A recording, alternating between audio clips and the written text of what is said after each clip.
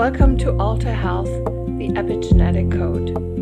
This is where we talk about the science of how your life shapes your genes and how your body can change when you change the conditions around it. Real stories, real science, and real answers. Let's go. There is a version of this story I could have kept private. There's a version where my husband and I quietly live the life we built, eat our breakfast together, walk in the early hours, work on our things, raise our daughters into adulthood, and never tell anyone what we figured out. That version was, for a long time, the version I assumed I would live. I am introverted by nature.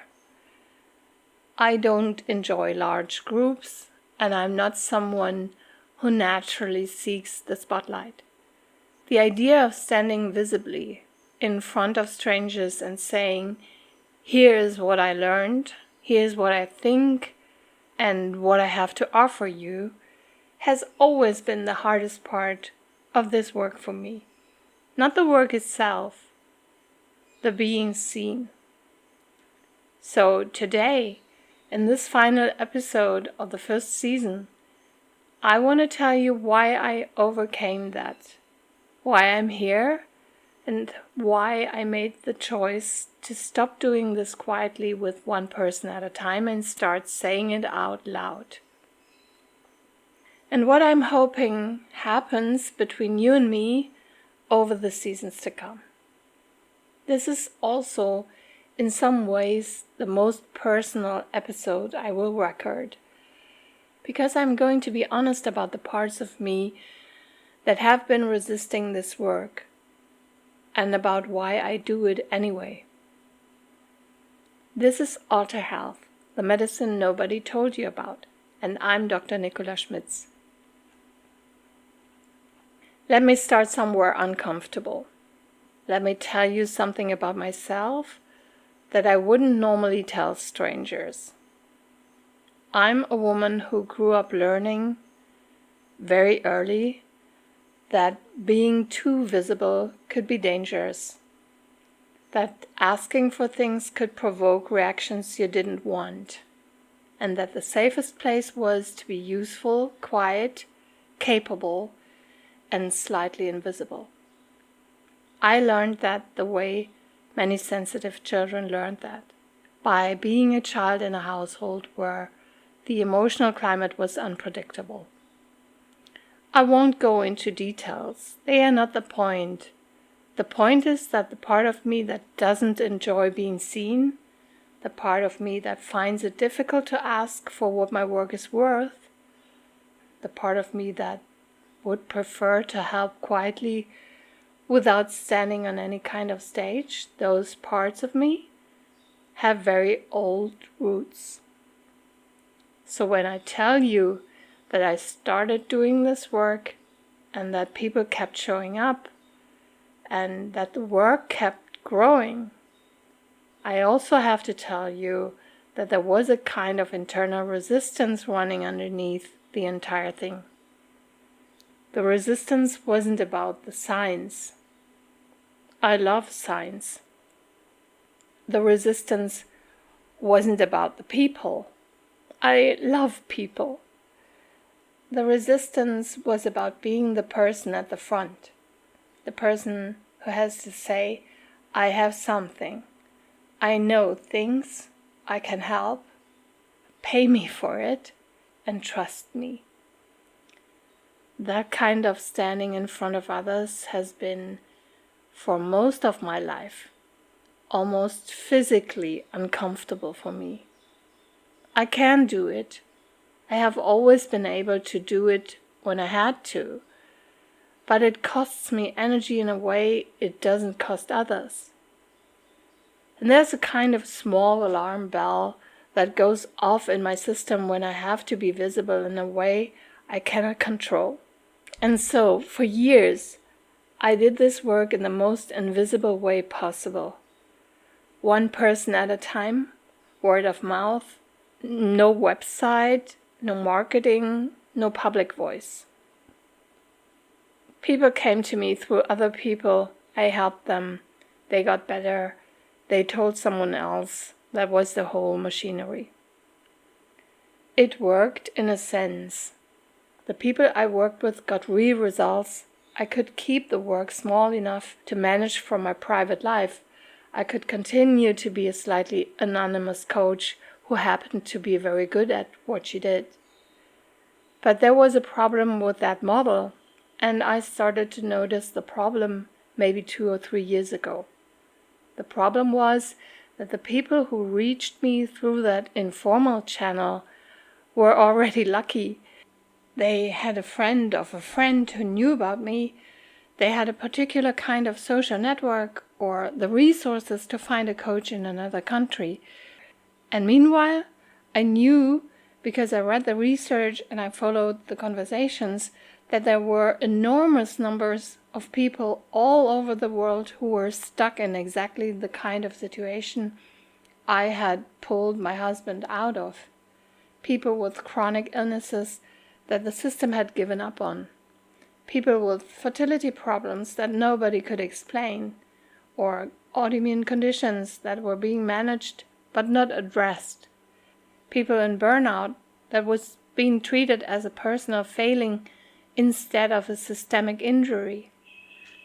And people who had been told over and over, you are fine, learn to live with it, this is the trajectory, prepare for the equipment. And those people didn't have a friend of a friend who knew me. And I don't say I can treat everyone and I'm the only person to save the world. No, I'm not. But I have something to give. And some people, they have nothing. They had a system that had run out of answers and they are on their own.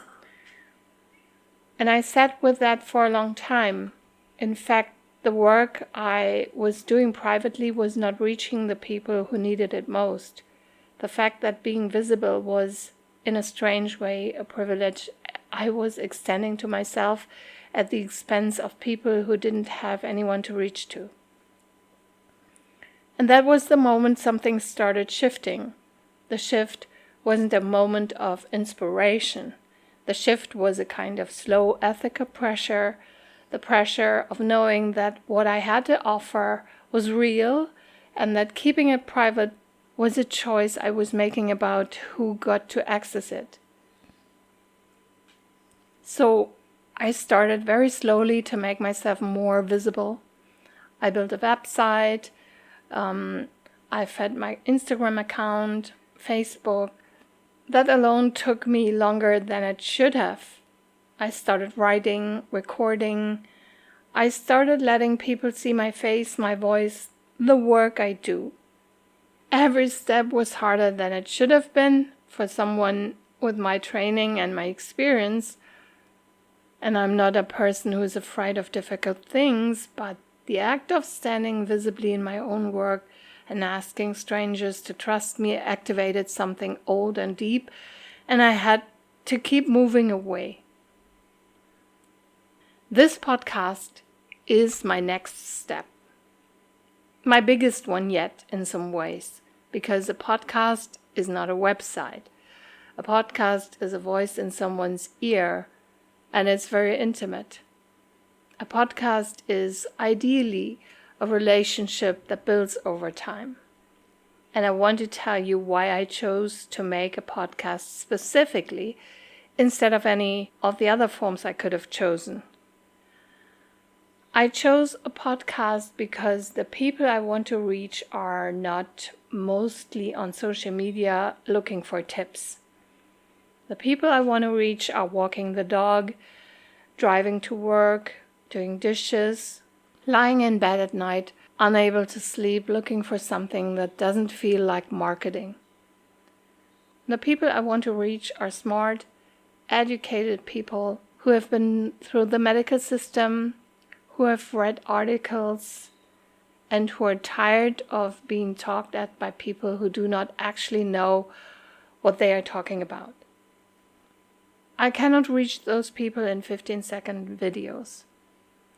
I want to sit with you for 20 or 30 or 40 minutes once a week while you're doing whatever you are doing, and I want to slowly, properly tell you what I know. Not headlines, not slogans, real explanation, stories, science, and real range. Because the truth is, what I have to tell you is not a list of tips. It's a worldview. It's a whole different way of looking at how bodies work, and a worldview cannot be communicated in a slogan. A worldview has to be lived with, considered, returned to. A worldview is what a podcast can carry when other formats cannot. And I have a hope. The hope is that if I do this consistently, week after week, season after season, some of you will start to see what I see. You will start to look at your own body differently. You will start to look at the people you love differently. And maybe you will start to ask different questions when you go to a doctor or take your own observations seriously.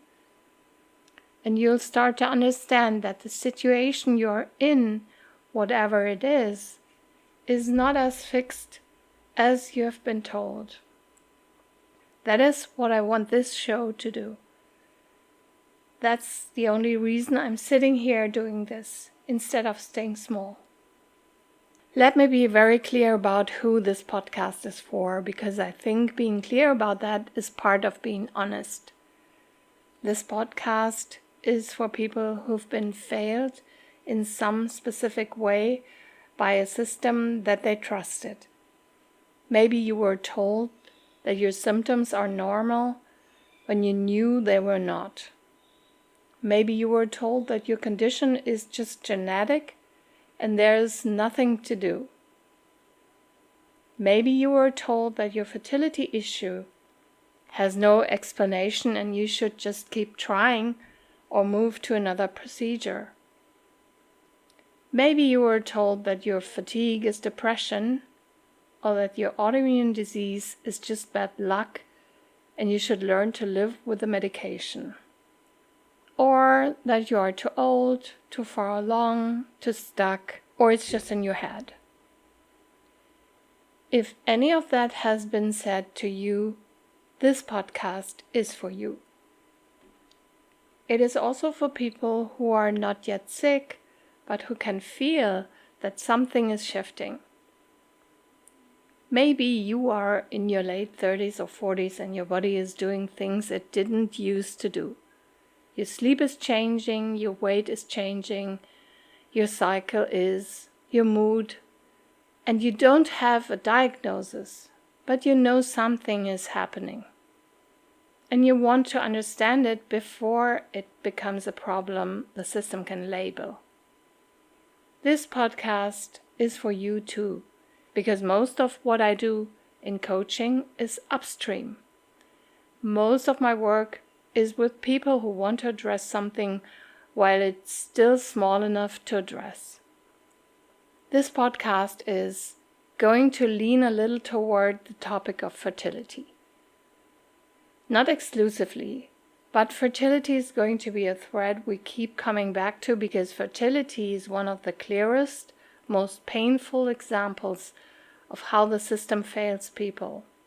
People are being told that their bodies are unexplainably broken, that they need increasingly invasive procedures, that there is no other path, and the truth is that for many of them, there is an enormous amount that can be done at the level of the body, the cells, the nutrition, nervous system, environment, before any of the more invasive options become necessary or even more effective. If you are someone who has been on a fertility journey, who has done IVF, who has been told there's nothing else to try, I want you to know that this podcast is, in a particular way, for you. There will be entire seasons addressing the science of what actually drives fertility in a couple, There will be specific resources and there will be a path. But this podcast is not only for fertility. This podcast is for anybody whose body is any kind of conversation with disease, with decline, stagnation, confusion. The principles are the same. The body is responsive. The environment matters. The conditions can be changed, and health is a choice. So here's what I want to tell you about what's coming. Season 2 of this podcast is going to be a deep, careful, properly explained tour through epigenetics. The thing I've been alluding to throughout this season, the thing that changed everything for me, the thing that explains why a gene can sleep for decades and then wake up, I'm going to take you through it. Not in academic language, in the language I use with my clients. By the end of Season 2, you will have a working knowledge of how your body actually negotiates with your genes. Most people have never been taught any of this, even though it's one of the most exciting fields of biology that has emerged in the last 20 years. It will change how you think about your body. I think for some of you, it will change how you think about your life. Season 3 is going to focus on fertility specifically, the signs of conception, what is actually happening at the level of the egg, the sperm, the womb, the cycle, why so many couples are struggling in ways their parents and grandparents didn't, what can actually shift the conversation, what I've seen in my own work with couples who had been told there was no path forward, and what changed. Season 4 will be about autoimmune disease, Season 5 about longevity and aging well, and Season 6 about the nervous system and burnout. There will be more. Each season will go deep into one area with real practical information you can actually use. And throughout all of this, I'm going to be inviting you in different ways to go deeper. There will be free resources, there will be ways to work with me if and when that is right for you. There will be retreats and programs and one-on-one work. None of that is going to be pushed at you. The free guides are real free guides. The episodes are real episodes. The whole point is that I'd rather have a real relationship with the right listeners over years than a transactional one with anybody. I would rather, as I have said before, talk to the right 5 people than the wrong 50. So if you have stayed with me through these 6 episodes, if any of this has made you sit up a little bit, I'm quietly grateful. Not in a flowery way, in a real way. I know what it costs to spend hours of your life listening to a stranger you have never met. I don't take that lightly. I want to close this season with something more direct than I usually allow myself to be. Before this season ends, whatever situation, you are allowed to keep looking. That is not a marketing line. That is the actual sentence I want to leave with you. You are allowed to keep looking. If your doctor has told you there's nothing to be done, you are allowed to keep looking. If multiple doctors have told you the same thing, you are still allowed to keep looking. If you have been told to learn to live with it, you are allowed to refuse to learn to live with it. And if you've been told that your case is too far along, too rare, too complicated, too age-limited, too genetic, too chronic, too anything, you are allowed to ignore that conclusion and keep looking. Not in a defined way, in a quiet and practical way. The way I sat at a kitchen table at 3 a.m. with my laptop open.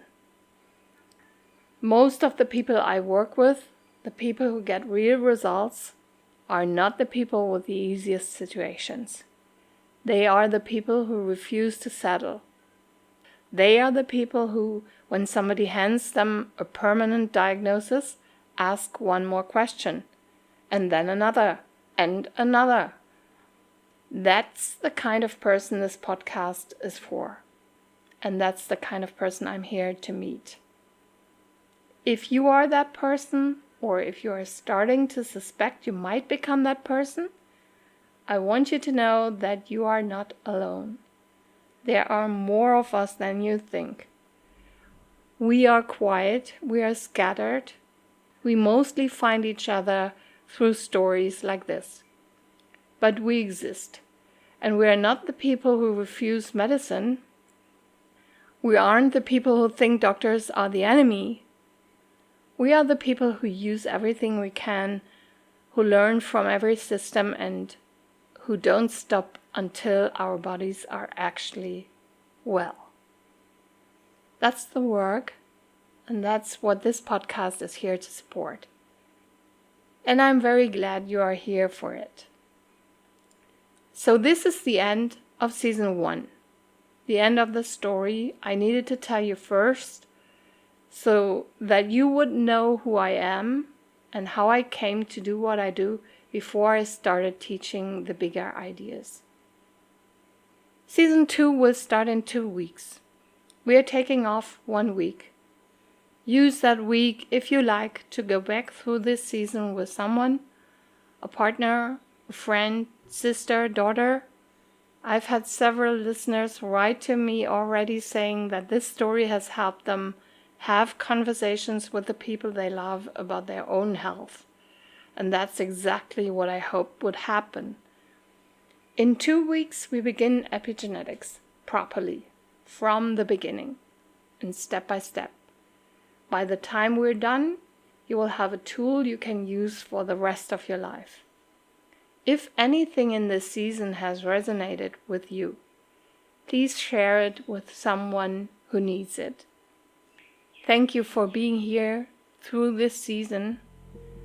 Thank you for staying. Thank you for sharing. I'll see you in 2 weeks, because health is a choice.